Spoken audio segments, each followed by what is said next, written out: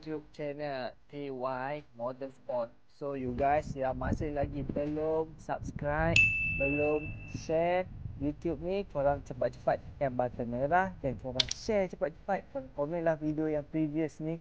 Okay, hari ni kita nak share kan 5 biji Type R yang paling best dekat dunia ni. Ada 5 biji saja Type R yang paling best.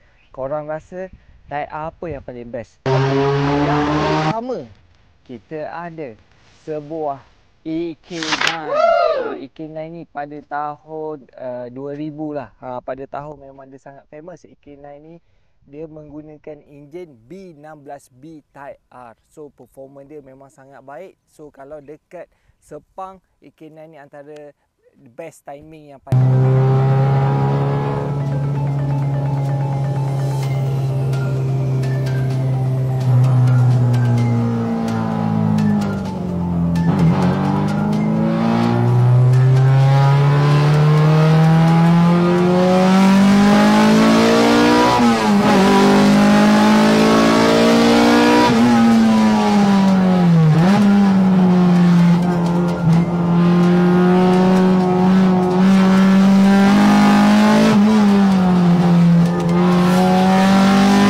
best lah. So yang kedua, kita ada Honda Integra DC5.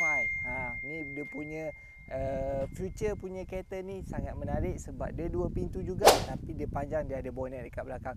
Ni antara kereta yang paling best lah untuk korang yang masih tercari-cari kereta Type R yang mana yang paling best. Korang boleh dapatkan EK9 dan juga DC5.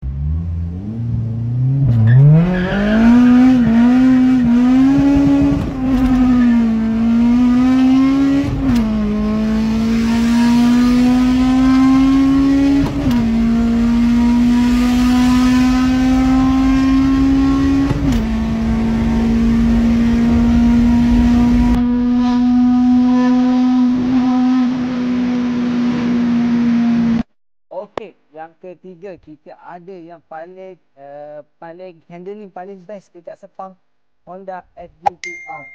Yang ni dia menggunakan enjin K20, K20A.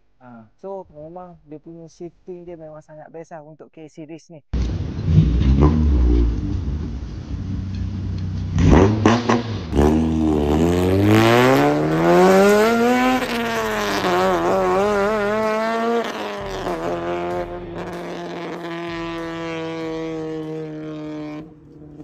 Okey, yang keempat kita ada VTEC Turbo. Dia dah pergi kepada VTEC Turbo.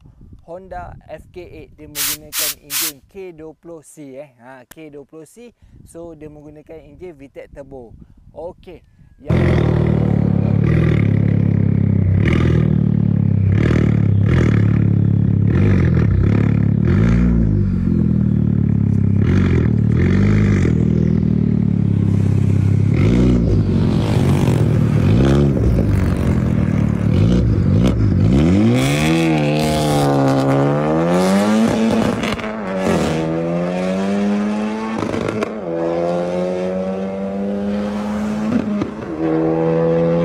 kelima, kereta yang sekarang tengah viral, tengah trending sekarang ni, Honda FF5.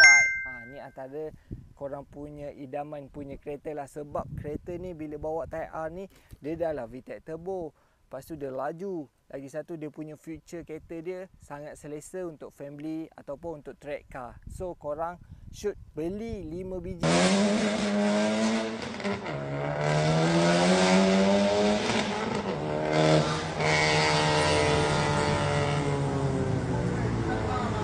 Antara 5 biji ni korang pilihlah salah satu Type R.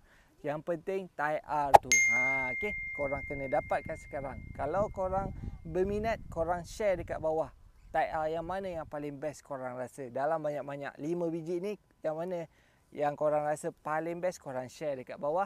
Korang komen, korang tengok Type R mana yang korang paling orang kata paling korang sukalah. Okey.